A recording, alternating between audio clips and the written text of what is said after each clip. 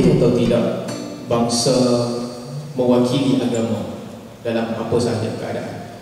Tuan-tuan, yang pertama sekali saya suka Ustaz Abdullah dia guna pendekatan Arab klasik merujuk kepada Asabiyah. Saya suka menggunakan pendekatan sosiologis bila mereka bercakap tentang bangsa.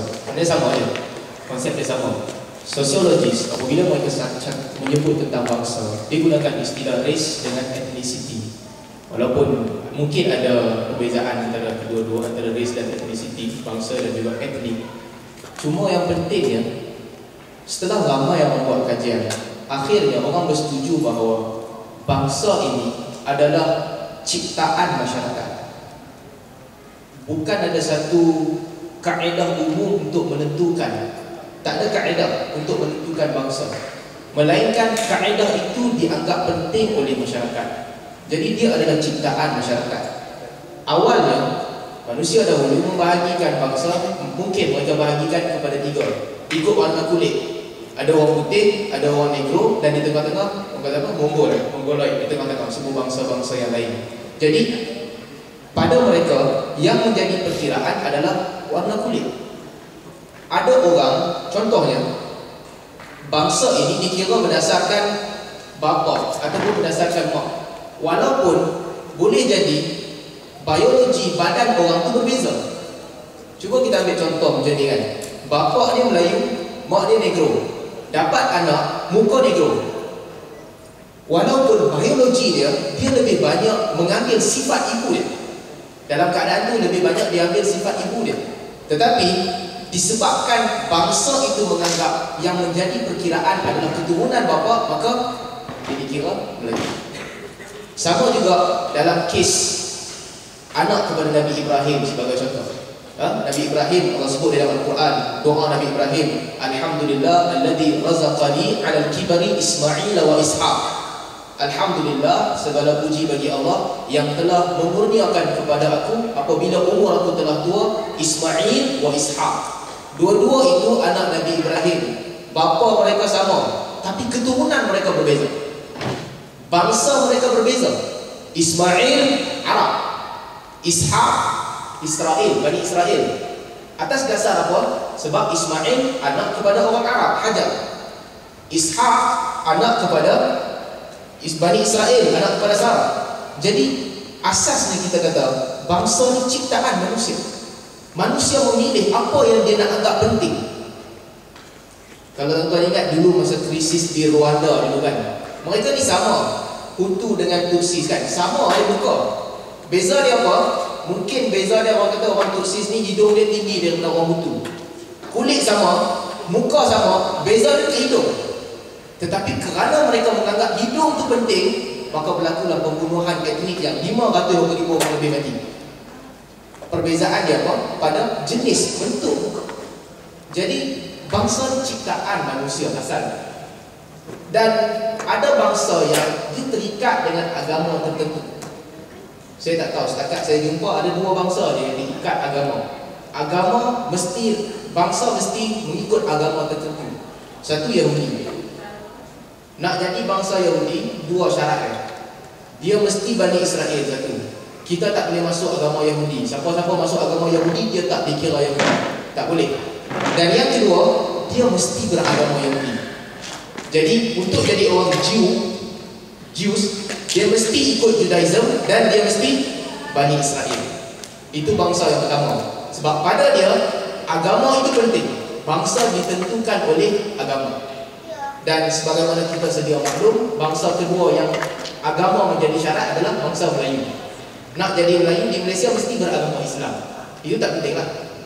Cuma bagus. Yang bagusnya kita ikat tu satu benda yang bagus. Jadi keluar daripada agama, keluar daripada bangsa juga. Mungkin boleh sebab kalau kita kira perkiraan Bani Israel, sebab asasnya bangsa ni ikut apa yang kita pilih, ciri apa yang kita anggap penting. Balik kepada persoalan ni. Pertama, bangsa ni ciptaan manusia. Yang kedua, bila bangsa ni ciptaan manusia, maka dia bersifat eksklusif. Orang yang ada ciri-ciri tertentu sahaja dianggap kelompok itu. Sebab dia ciptaan manusia. Bila dia ciptaan manusia, kalau bangsa yang menganggap pada kami ada 4 benda penting. Benda pertama muka, benda kedua kulit, benda ketiga bentuk rambut, benda keempat bahasa. Maknanya siapa yang mengandungi ataupun membawa keempat-empat benda ni baru dikira geng dia. Terkeluar salah satu, dia bukan geng dia.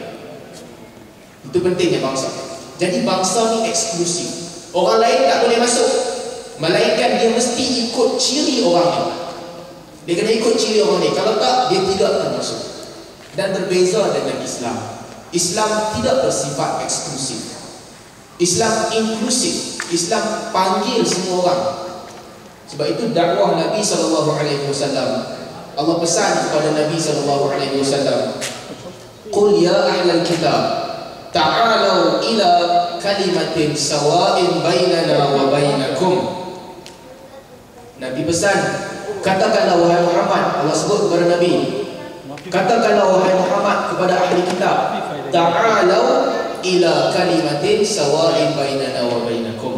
Datanglah kamu, terimalah kamu perkataan yang sama di antara kami dan juga kamu. Itu asasnya Islam. Islam tidak mengajar kepada eksklusif, tidak membawa kepada hanya kelompok tertentu sahaja. Tak. Islam tak mengajar orang kamu mesti tinggalkan jati diri kamu, kamu terima jati diri kami. Bukan itu. Tapi Islam, kamu ada jati diri, kami ada jati diri, tapi kita pergi ke pertengahan, kita pergi kepada satu agama yang sama. Ta'alau ila kalimatin sawa'in bainana wa bainakum. Datanglah kamu kepada perkataan yang sama di antara kami dan juga kamu. Alla na'budu illallah. Apa perkataan yang sama? Yang pertama, kita tidak menyembah melainkan Allah. Wala nusyrika bihi syai'an. Dan kita tidak mensyirikkan Allah dengan satu apapun. Wala yattakhidha ba'duna ba'dan arbaba min dunillah. Dan janganlah sebahagian daripada kita menjadi sesembahan Tuhan-Tuhan yang lain selain daripada Allah. Jadi ini beza Islam dengan bangsa. Sebab itu kita balik kepada soalan tadi. Bangsa tidak boleh represent Islam sebab sifat yang berbeza. Kalaulah dakwah kepada Islam disamakan dengan dakwah kepada bangsa, maka Islam akan hancur. Pada ketika itu Islam akan hancur. Sebab Islam bersifat terbuka. Islam tidak bersifat menarik orang untuk menerima satu bangsa tertentu. Itu beza. Sebab tu saya sebelum di sini beberapa tahun lepas, saya dalam satu program debat. Saya ini memang dengan debat je tu. Program debat dengan salah seorang tokoh liberal, Khalid Jaafar, satu ketua Institut Kajian Dasar.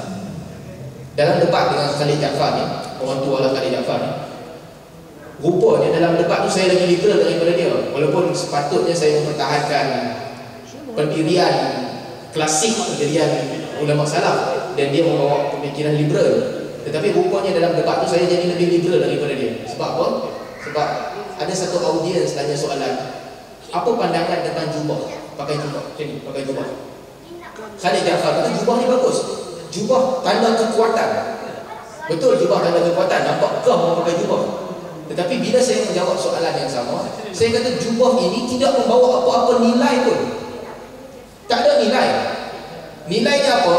Orang Saudi budayanya pakai jubah. Hijaz budayanya pakai jubah. Nabi dilahirkan dalam bangsa itu. Tapi kita tak boleh bersifat inklusif, tak boleh eksklusif.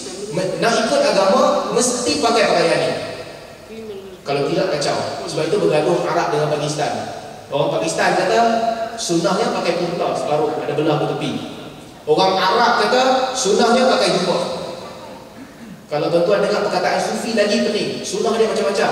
Serban berapa jengkal ekor, satu jengkal, setengah jengkal, lagi macam-macam. Sebab dia cuba menjadikan agama ini eksklusif. Itu beza. Jadi saya tegas mengatakan bangsa tidak boleh represent agama sama sekali. Agama mesti kekal dalam bentuk agama. Dia tak boleh ikut bangsa. Kalau kita balik kepada konteks Malaysia, boleh tak kita samakan Islam Melayu, Melayu Islam? Tak. Sikit je, tak banyak. Tak, bukan politik pun, nak cerita sama ataupun tidak. Pertama sekali kita setujulah untuk mengikat Melayu mesti Islam itu sebenarnya yang bagus sebenarnya. Tak ada siapa yang mampu buat melainkan dua bangsa saja. Dua bangsa yang kuat, iaitu Yahudi dan juga Melayu. Orang lain tak mampu buat. Itu bagus. Tapi boleh tak kita samakan Melayu itu Islam, Islam itu Melayu? Kita kata tak boleh. Sebab kalau kita dakwah kepada Melayu, ataupun kalau kelebihan-kelebihan Islam kita hadkan kepada Melayu, dia ada ciri tambahan. Ciri tambahan dia apa? Islam, ikut perlembagaan Islam, bangsa Melayu, cakap Melayu. Islam tu betul, kena. Tapi bila kita ikat dengan dua benda lagi, dia mesti berbahasa Melayu, dia mesti mengamalkan adat istiadat Melayu, maka di sini berlaku eksklusif. Kita ikat dengan ciri tertentu. Ini masalah dia. Masalah yang berlaku. Seolah-olah kita kata dakwah kepada Islam, kalau kita samakan dengan dakwah kepada Melayu, artinya engkau mesti meninggalkan pakaian kau dan tukar dengan kebelekat budaya. Engkau mesti tak boleh makan dengan camca, mesti makan dengan tangan, budaya. Setiap malam Jumaat kau mesti adalah orang Melayu suka buat. Sebab kita mengikat dengan budaya. Jadi itu masalah dia.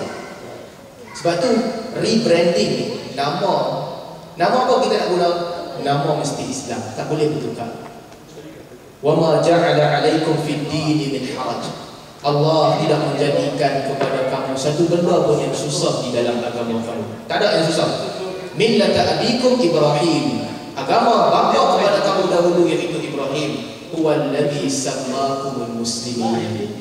Dia yang telah menamakan kamu muslimin. Jenama Islam ni bukan jenama Arab.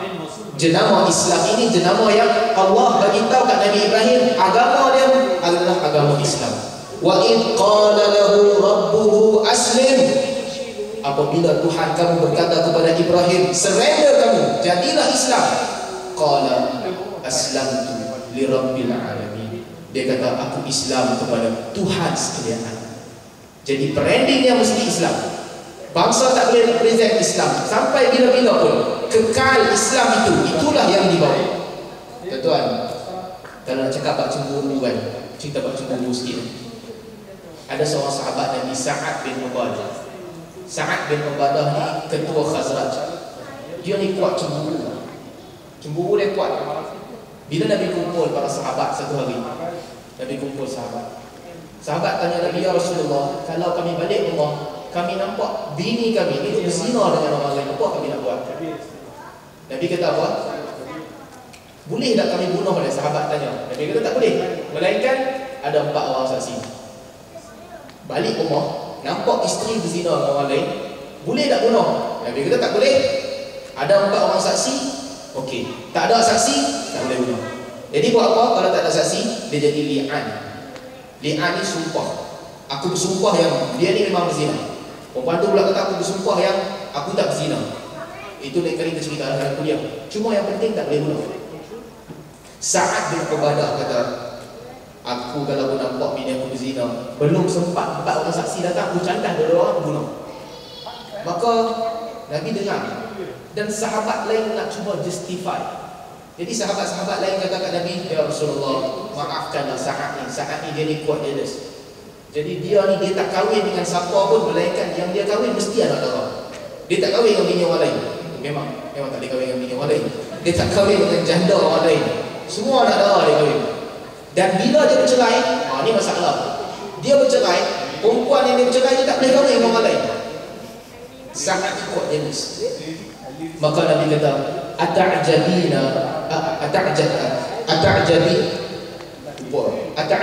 min ghirati Sa'ad.